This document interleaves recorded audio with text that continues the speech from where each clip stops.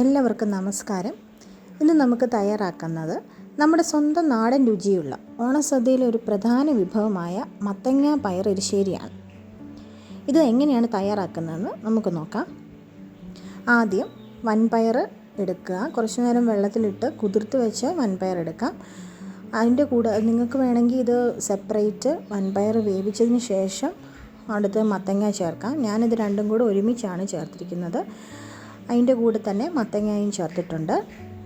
മത്തങ്ങ ചേർത്ത് കഴിയുമ്പോൾ നമുക്കിതിനകത്തോട്ട് ഒരു ആവശ്യത്തിന് എരിവിനനുസരിച്ചിട്ടുള്ള പച്ചമുളക് ചേർക്കാം. ഞാനിവിടെ ഒരു പച്ചമുളക് നടുവേ കീറിയിട്ടിട്ടുണ്ട്. ഒരു 1/4 ടീസ്പൂൺ മഞ്ഞൾപ്പൊടി, 1/2 ടീസ്പൂൺ അളവിൽ മുളക് പൊടി, പിന്നെ നമുക്ക് ആവശ്യത്തിന് ഉപ്പ് ചേർക്കാം. ഇത്രയും ചേർത്തതിന് ശേഷം നന്നായിട്ട് വെള്ളം ഒഴിക്കണം. ആവശ്യത്തിന് വെള്ളം ഒഴിച്ചാൽ മതി. ഒത്തിരി വെള്ളം ഒഴിച്ചാൽ ഒത്തിരി വെള്ളം പോലെ ആവണ്ട. നമുക്കൊരു കുറുകിയ ടേസ്റ്റുള്ള കറി മതി. ഇനിയിപ്പം നമുക്ക് അടച്ച് വെച്ച് ഒരു മീഡിയം ഫ്ലെയിമിൽ ഒരു 1-2-3 വിസിൽ അടിക്കാം. വൻപയറും കൂടെ ഞാൻ വേവിച്ചിട്ടില്ലാത്തത് കൊണ്ട് ഒരു 5-6 വിസിൽ ഞാൻ അടിച്ചിട്ടുണ്ട്. മത്തങ്ങ ഒത്തിരി വേവിച്ച് പോകണ്ട എന്നുള്ളവർക്ക് കുറവ് ചെയ്യാം. ഇനി തേങ്ങ അരപ്പ് നമുക്ക് തയ്യാറാക്കാം. അതിനായിട്ട് കുറച്ച് കൊച്ചുള്ളി, 2-3 വെളുത്തുള്ളി, കുറച്ച് ജീരകം, തേങ്ങ ഇത്രയും ചെയ്ത് അരച്ചതിന് ശേഷം കുറച്ച് വെള്ളം കൂടി ഒഴിച്ച് നല്ലൊരു അരപ്പാക്കാം.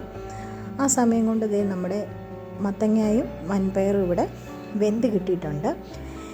ഇതൊരു കുഴമ്പൻ ടൈപ്പ് എരിശ്ശേരിയാണ്. അതുകൊണ്ട് തന്നെ ഞാനിത് നന്നായിട്ട് ഉടയ്ക്കുന്നുണ്ട്. മത്തങ്ങ കടിക്കാൻ വേണം എന്നുള്ളവർക്കാണെങ്കിൽ ഇങ്ങനെ ഒത്തിരി ഉടച്ചു കൊടുക്കണ്ട. ഇവിടെ ഇങ്ങനെ ഉടച്ചിരിക്കുന്നതാണ് ഇഷ്ടം. അതുകൊണ്ട് ഞാനിത് നന്നായിട്ടൊന്ന് ഉടച്ച് ഒരു കുഴമ്പും പരുവത്തിലാക്കുന്നുണ്ട്. നിങ്ങൾക്ക് കാണാം, മത്തങ്ങ മൊത്തം ഞാൻ ഉടച്ചിട്ടുണ്ട് കേട്ടോ.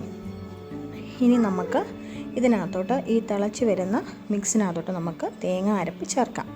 തേങ്ങ അരപ്പ് ചേർത്തതിന് ശേഷം നന്നായിട്ട് ഇളക്കി കൊടുക്കാം. ചെറു തീയിലിരുന്ന് ഒത്തിരി ബോയിലാവാതെ കുറച്ച് നേരം ഒന്നിരുന്ന് ചൂടായാൽ മാത്രം മതി ഈ അരപ്പ്. അപ്പോഴേക്കും ആ തേങ്ങയുടെ ആ ഒരു പേസ്റ്റിൻ്റെ ആ ഒരു മണവും രുചിയൊക്കെ അതിനകത്തോട്ട് നന്നായിട്ട് ഇറങ്ങിക്കോളും. ഇത്രയേ ഉള്ളൂ. ഇനി നമുക്കിനകത്തോട്ട് ചെയ്യേണ്ടത് താളിപ്പാണ്.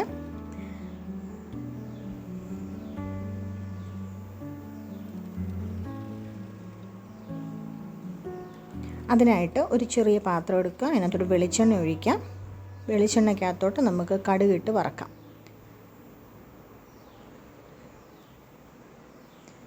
കടുകിട്ട് പൊട്ടിയതിന് ശേഷം അതിനകത്തോട്ട് ഞാൻ ചെറിയുള്ളി ചേർക്കുന്നുണ്ട്. ഇഷ്ടത്തിനനുസരിച്ച് വേണമെങ്കിൽ ചെറിയ ഉള്ളി ചേർക്കാം. കൂടെ വറ്റൽമുളക് എരിവിനനുസരിച്ച് വേണമെങ്കിൽ നിങ്ങൾക്ക് ചേർക്കാം. കൂടെ തന്നെ കുറച്ച് കറിവേപ്പിലയും കൂടെ ഞാൻ ആഡ് ചെയ്യുന്നുണ്ട്. നന്നായിട്ട് ബ്രൗൺ കളറാകുമ്പോൾ നമുക്കിത് ഓഫ് ചെയ്യാം. അതിന് ശേഷം ചൂടായതിനകത്തോട്ട് നമുക്ക് ഈ താളിപ്പ് ഒഴിക്കാം.